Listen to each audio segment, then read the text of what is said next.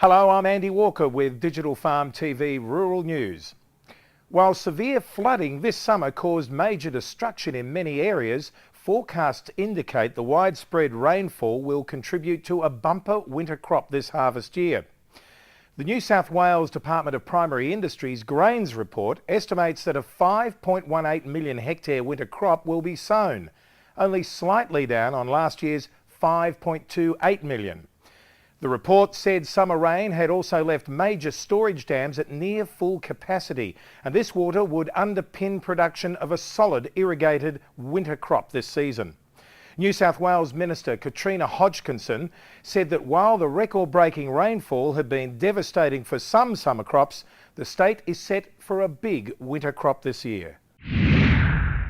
New SunRice Chief Executive Rob Gordon last week said the company had staged a notable trading turnaround during the past year. In a market update ahead of the full year results, Mr Gordon said that due to the strength of international demand and the performance of subsidiaries, SunRice was anticipating a strong second half and a positive result for the year. SunRice had already reduced its debt by nearly $100 million to $206 million, with indications the debt would shrink further. Mr Gordon said the slow start to this year's harvest, following widespread flooding, had deferred the first of the 2012 season's harvest payments to growers. As these payments were funded mainly by bank borrowings and were repaid as the crop was processed and sold, the delayed schedule would slow SunRice's cyclical gearing peak until next trading year. Livestock could be banned from grazing upstream of human drinking water catchments in Victoria.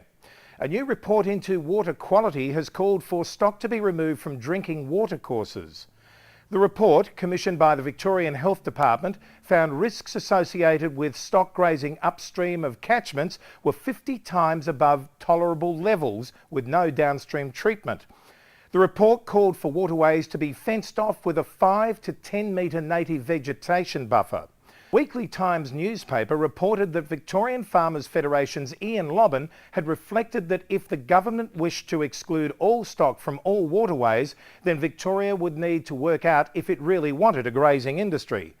The report follows an on-hold Victorian government plan to withdraw 229 existing grazing licences to create a new park along stretches of the Murray River. Australia's live cattle exports had had a difficult year, but there could be a bright future with the protein-hungry populations in Asia predicted to grow by 32 million during the coming 3 years. Exports from India, however, may leave Australia struggling to snare a decent share of burgeoning demand. India has reportedly increased beef production by 21% since 2000, and its national herd now totals 63 million, 2.5 times that of Australia. According to Fairfax Media, Meat and Livestock Australia Managing Director Scott Hansen has predicted India's expected 10% boost in beef production during the next 5 years would comfortably service the fast-growing population of South Central Asia, leaving spare capacity to sell elsewhere.